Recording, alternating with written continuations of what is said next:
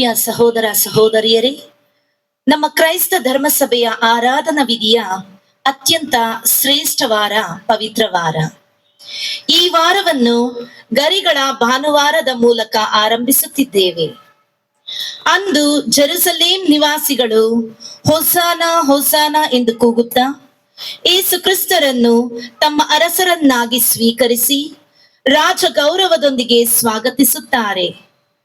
ಈ ಲೋಕದಲ್ಲಿ ಯಾವುದೂ ಶಾಶ್ವತವಲ್ಲ ಎಂಬಂತೆ ಹೊಸಾನ ಎಂದು ಕೂಗಿದ ಜನರು ಕೆಲವೇ ದಿನಗಳಲ್ಲಿ ಶಿಲುಬೆಗೇರಿಸಿ ಎಂದು ಬೊಬ್ಬೆ ಹಾಕುತ್ತಾರೆ.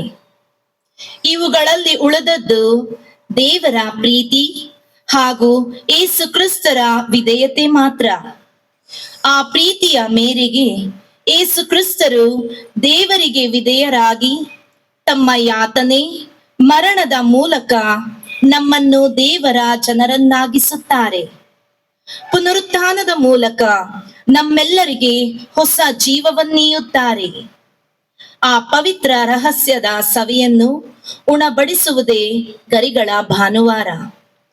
ನಾವು ಸಹ ಕ್ರಿಸ್ತರಂತೆ ವಿಧೇಯರಾಗಿದ್ದು ದೇವರ ಪ್ರೀತಿಯಲ್ಲಿ ಸ್ಥಿರಗೊಂಡು ಹೊಸ ಸೃಷ್ಟಿಗಳಾಗಿ ಕ್ರಿಸ್ತರೊಂದಿಗೆ ನಡೆಯಲು ಬೇಕಾದ ವರಗಳಿಗಾಗಿ ಪ್ರಾರ್ಥಿಸೋಣ.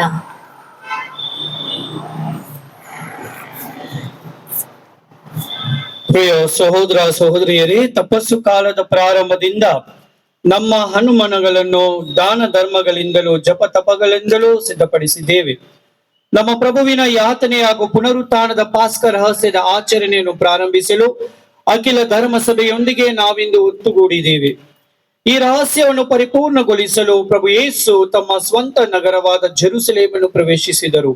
ಅವರ ಈ ಪ್ರವೇಶವನ್ನು ಭಕ್ತಿ ವಿಶ್ವಾಸದಿಂದ ಸ್ಮರಿಸುತ್ತಾ ಅವರನ್ನು ಹಿಂಬಾಲಿಸೋಣ.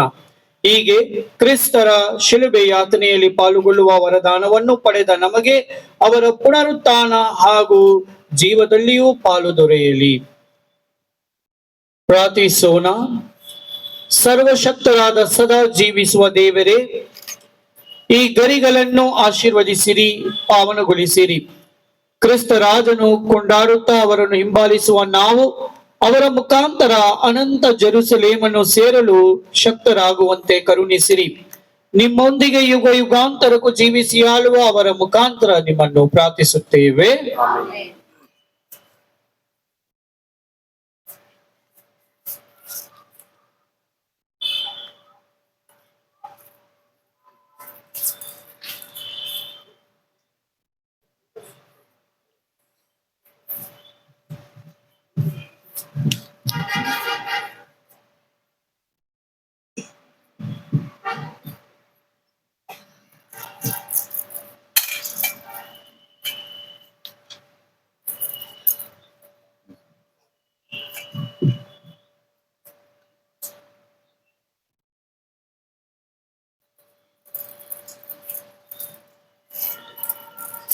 ಪ್ರಭು ನಿಮ್ಮೊಡನೆ ಇರಲಿ.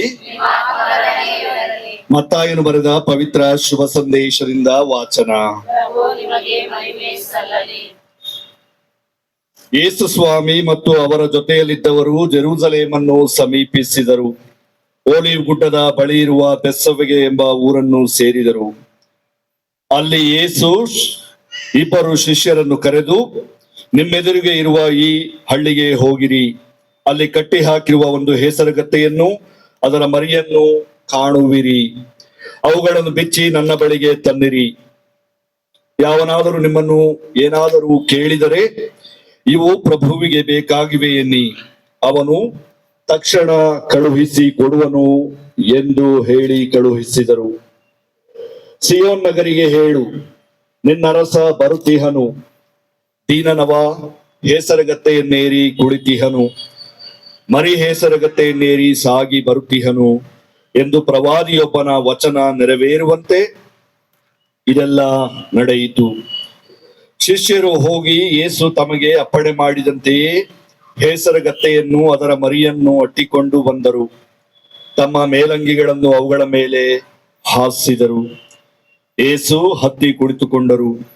ಜನಸಮೂಹದಲ್ಲಿ ಅನೇಕರು ತಮ್ಮ ಹೊದಿಕೆಗಳನ್ನು ದಾರಿಯಲ್ಲಿ ಹಾಸಿದರು.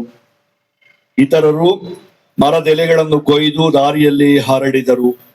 ಯೇಸುವಿನ ಹಿಂದೆಯೂ ಮುಂದೆಯೂ ಗುಂಪು ಗುಂಪಾಗಿ ಹೋಗುತ್ತಿದ್ದ ಜನರು, ದಾವೀದ ಕುಲಪುತ್ರನಿಗೆ ಜಯವಾಗಲಿ, ಸರ್ವೇಶ್ವರನ ನಾಮದಲ್ಲಿ ಬರುವವನಿಗೆ ಮಂಗಳವಾಗಲಿ, ಮಹೋನ್ನತದಲ್ಲಿ ದೇವರಿಗೆ ಜಯವಾಗಲಿ ಎಂದು ಹರ್ಷೋದ್ಗಾರ ಮಾಡುತ್ತಿದ್ದರು. ಹೀಗೆ ಯೇಸು ಜೆರೂಸಲೇಮನ್ನು ಪ್ರವೇಶಿಸಿದಾಗ ನಗರಕ್ಕೆ ನಗರವೇ ಕಲಕಲಗೊಂಡಿತು. ಜನರು ಯಾರಿವರು ಎಂದು ವಿಚಾರಿಸಲಾರಂಭಿಸಿದರು. ಇವರು ಗಲಿಲೆಯಕ್ಕೆ ಸೇರಿದ ನಜರೇತಿನ ಪ್ರವಾದಿ ಯೇಸು ಎಂದು ಮಾರ್ದನಿಸಿತು ಜನರ ಗುಂಪು. ಪ್ರಭುವಿನ ಶುಭ ಸಂದೇಶ.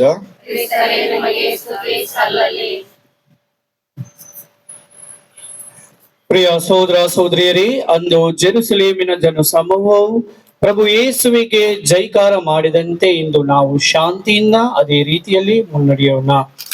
ದಯಮಾಡಿ ಈಗ ಈ ಗರಿಗಳನ್ನು ನಿಮಗೆ ನೀಡಲಾಗುತ್ತದೆ. ತದನಂತರ ಮೊದಲು ತೂರಿಫೆರು, ತದನಂತರ ಕ್ರಾಸ್, ಅದಾದ ಮೇಲೆ ಕ್ಯಾಂಡಲ್ಗಳು, ಮೇನಿನ ಬತ್ತಿ, ತದನಂತರ ಆಲ್ಟರ್ ಮಕ್ಕಳು, ಗುರುಗಳು, ಪ್ರಜೆ ನಮ್ಮಿಂದೆ ಬರುತ್ತದೆ. ಈ ಮೆರವಣಿಗೆಯಲ್ಲಿ ಭಾಗವಹಿಸುವಾಗ ಭಕ್ತಿ ವಿಶ್ವಾಸದೊಂದಿಗೆ ನಾವು ಭಾಗವಹಿಸೋಣ. ಶಬ್ದ ಮಾಡದೆ ಎಲ್ಲ ಸರಿಯಾಗಿ ಹೇಳಿದಂತೆ ನಿಂತ್ಕೊಳ್ಬೇಕಾಗಿ ನಿಮ್ಮಲ್ಲಿ ವಿನಂತಿ. Please others help them.